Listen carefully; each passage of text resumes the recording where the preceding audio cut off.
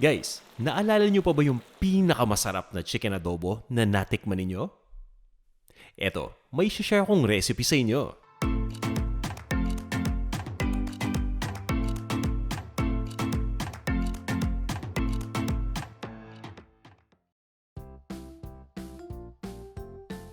Welcome sa episode 2 ng Panlasang Pinoy Christmas Series.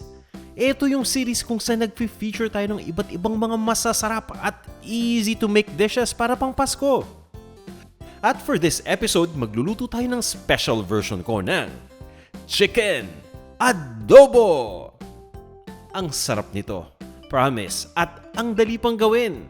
Pagdating talaga sa lasa importante, kayo na humusga. Kaya nga, ito na yung mga ingredients na gagamitin natin.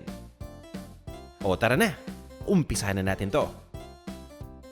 Kailangan lang muna nating ibabad yung chicken. Kaya naman, pinagsasama ko lang yung mga marinade ingredients. White vinegar, soy sauce, ground black pepper, minced garlic. Naglalagay din ako dito ng brown sugar. Hinahalo ko lang mabuti itong mga ingredients na to. At once na mahalo na, kino-combine ko na itong marinade with the chicken. Mabilisang babad lang itong ginagawa ko. 1 oras lang. At para ma-ensure natin na kumapit talaga yung lasa ng marinade, binabaliktad ko itong chicken sa kalagitnaan ng pagbabad. So after 30 minutes, binabaliktad ko lang yan at itinutuloy ko yung pagbabad for another 30 minutes.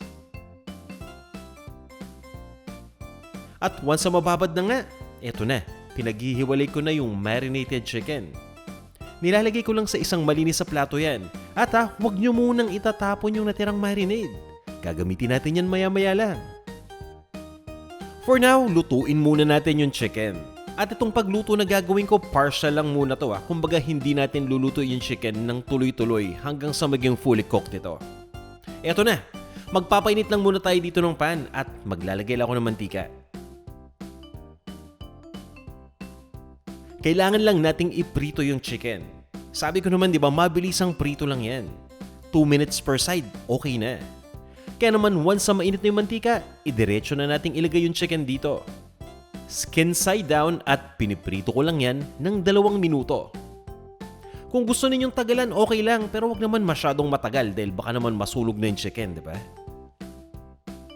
At pagdating nga pala dito sa chicken ang gamit ko, ito ay chicken thigh. Tapos wala nang buto yan, tinanggal ko na. Siyempre di ba mas okay yon para mamaya kapag naluto na tong ating chicken adobo, tuloy-tuloy na yung pagkain, hindi na natin himayin. At dahil nga ibinabad natin ito sa liquid, kapag pinirito natin agad, may tendency na tumalsik yung mantika. Kaya kung meron kayong splatter screen, gamitin ninyo. Nang sa ganon ay hindi kayo matalsikan masyado. Binaliktad ko na yung chicken at itinuloy ko lang yung pagprito dun sa kabilang side. For the same duration, 2 minutes din. Para dun sa mga concerned, dahil ang bilis ng pagluto sa chicken, guys, don't worry. Tandaan niyo na partially lang natin niluluto yung chicken dito sa step na to. Mamaya kasi, lulutuin pa natin ng tuluyan yan. But for now, ganyan lang yung gusto nating maging itsura. Tanggalin na natin yung chicken dito sa lutuan. Ilipat lang natin sa isang malinis na plato. At itatabi ko lang muna to. Guys, ang maganda dito sa ginagawa natin, hindi lang pang chicken itong ating recipe. Pwedeng-pwede rin to sa pork or sa kahit na CPA o yung chicken pork adobo. Kung gusto niyo magluto niyan, pwedeng-pwede using this recipe. For now, okay na muna tong chicken. Itatabi ko lang at magisa na tayo. Ginigisa ko lang yung natira pang bawang. Pag sinabing adobo, dapat talagang maraming bawang yan. At para nga kumapit yung lasa, yung bawang, minins ko pa o hiniwa ko pa ng maliliit. Pero kahit crushed garlic, okay lang Wala nang problema, importante damihan lang natin. Pinapa-brown ko lang yung bawang at nilalagay ko na yung sibuyas. Itong sibuyas ay optional ingredient. Pero gumagamit ako niyan dito dahil nagbibigay ito ng lasa dito sa ating dish. Once na lumambot na yung sibuyas ay binabalik ko na yung chicken na pan-fry natin kanina. At ginigisa ko pa to kasama ng bawang at ng sibuyas. Mga 1 minute lang. Huwag nating tagalan masyado dahil baka masulog na ng husto yung bawang at sibuyas, di ba? So habang ginigisa yan, hinahalo-halo ko lang tapos binabaliktad ko na tong chicken. Para both sides naman, di ba? At this point, maaamoy ninyo yung buong kusina ninyo na ang bango-bango na. Parang gusto nyo nang kainin kaso hindi pa pwede. Kasi tatapusin pa natin yung pagluto dito. Kaya naman kinukuha ko na yung natirang marinade ingredient at binubuhos ko na dito with the chicken. At naglalagay din ako ng oyster sauce para dito sa ating chicken adobo recipe. Pagkalagay ng oyster sauce, lalagyan ko na ng tubig. Kasi nga papakuluan pa natin itong chicken, di ba? Hanggang sa maluto ng tuluyan at lumambot. Konti lang muna, tapos damihan na lang natin later kung medyo natutuyuan na. At para mabango yung ating adobo, naglalagay ako dito ng dried bay leaves o laurel leaves. O yan, di ba? At para mas makumpleto at mas maging buong-buo yung lasa ng chicken, syempre, meron tayo ditong Knorr Chicken Cube. Ito talaga yung kukumpleto sa adobo natin eh. Alam ko, pang Pasko tong recipe natin, pero kapag sinubukan nyo tong ating recipe kahit hindi Pasko, feeling ninyo Pasko lagi eh dahil sa special na lasa nito. So lutuin na natin tong chicken eh. Kailangan lang nating palambutin, kaya takpan lang muna natin itong lutuan at i-adjust lang natin yung init to the lowest setting. Tapos lutuin lang natin between 40 to 50 minutes. At kung feeling ninyo na medyo natutuyuan natin, nag-evaporate yung liquid, pwede ninyong dagdagan ng tubig yan. At this point ay lutong-luto na tong chicken adobo. Ganyan lang kabilis at ganyan lang kasimple.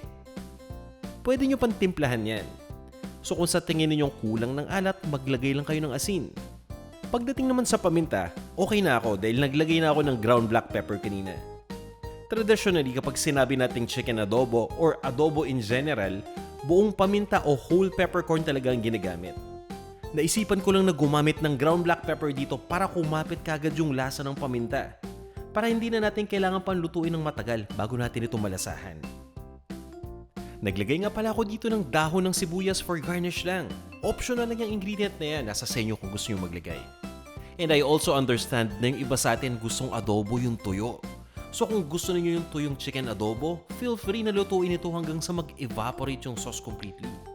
Kung gusto niyo, ituloy niyo pa yung pagluto hanggang sa magmantika, di ba? Mas okay yun. Pero for this recipe, ang gusto natin ay yung saucy.